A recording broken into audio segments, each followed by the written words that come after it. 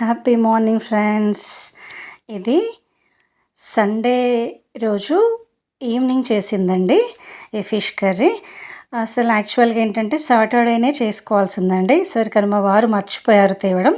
ఎందుకు అని అంటే సాటర్డే చేసి పెట్టాను అనుకోండి, చేసి పెడితే సండేకి పనికొస్తుంది. నెక్స్ట్ డేకి సండే మార్నింగ్ మేము షూట్ పెట్టుకున్నాం డాన్స్ వీడియోస్కి. సో అందుకని అనుకున్నాను, కానీ మా వారు ఏంటంటే మర్చిపోయారు. సో ఇంకా మేము ఎర్లీ మార్నింగ్ 5కే షూట్కి వెళ్ళాం భద్రకాళి టెంపుల్లో ఫస్ట్. ఎందుకంటే అమ్మవారిది నా సెంటిమెంట్. అక్కడి నుంచి స్టార్ట్ చేసామండి షూట్ చేయడం. సో మేము వచ్చేసరికి 11:30 అయింది. సో రైస్ పెట్టేసుకొని కర్రీస్ కొనుక్కొచ్చుకొని తిన్నాము. సో ఇది వచ్చేసి ఇంకా ఈవినింగ్ చేశానండి నైట్కి. సో నైట్ తిన్నాము. మళ్ళీ ఇంకా ఫిష్ పులుసు ఏంటంటే నెక్స్ట్ డే బాగుంటుందండి ఆ రోజు కంటే కూడా. అసలు యాక్చువల్గా మేము మా అమ్మ వాళ్ళ ఇంట్లో అల్లం వెల్లుల్లి కూడా వాడమండి. సో ఎగ్స్ కూడా తినాం, కానీ ఇక్కడికి వచ్చాకే అన్నీ అలవాటు చేసుకున్నాను పెళ్ళి చేసుకున్న తర్వాతే.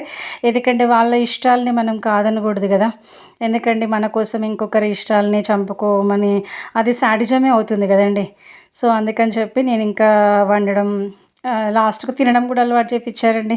సో ఇప్పుడు తింటాను, వండుతాను అన్నీ. ఇంకా మా అత్తగారి వైపు వాళ్ళకంటే కూడా నేనే బాగా చేస్తాను. అందరూ అంటారు మాకంటే నువ్వే బాగా చేస్తావు అని చెప్పేసి. సో ఇది ఇలా కడిగి ఆ రోజు ఇంకా మండే కూడా ఏంటంటే మా వారు అన్నారు, సో నేను పులుసు ఉంది కదా బాక్స్లో పులుసు పోసుకొని వెళ్తాను, వంట ఏమొద్దు అన్నారు. ఎందుకంటే బాగుంటుందండి నెక్స్ట్ డే. సో అందుకని మండే రోజు కూడా ఇంకా ఇదే పులుసు సరిపోయింది.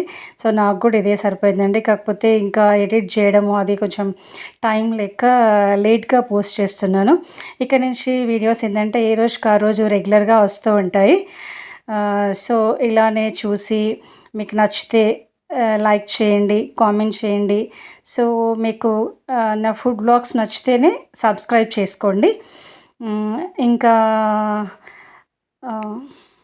సో మొన్న వ్లాగ్లో ఒక మంచి మాట చెప్పుకున్నాం కదండి, మొక్కై వంగనది మానై వంగదు అని.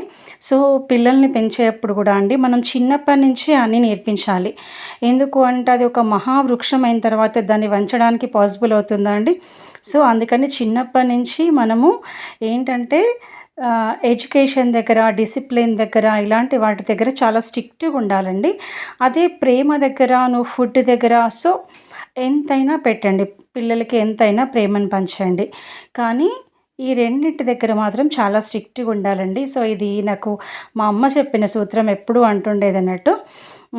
ఇంకా ఏంటంటే మెయిన్ ఏంటంటే తల్లినే తొలి గురువు అండి ఫస్ట్. అందుకనే పిల్లలు తల్లి ఒడి నుంచే నేర్చుకుంటారు, ఏదైనా పుట్టక ముందు నుంచే నేర్చుకుంటారండి. ఎందుకు అనంటే అభిమన్యుడు మనం విన్నాం.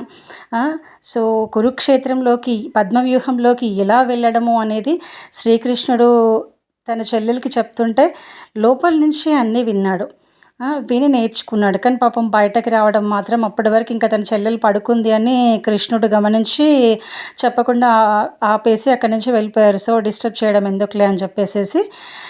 సో అలా ఏంటంటే మనమే ఫస్ట్ నుంచి అన్నీ నేర్పించాలండి. సో ఇదేంటంటే ఎక్కడ రెసిపీ కాదండి. సో నా ఓన్ రెసిపీ ట్రై చేశాను, కానీ టేస్ట్ అయితే చాలా బాగా వచ్చిందండి. Please like, comment.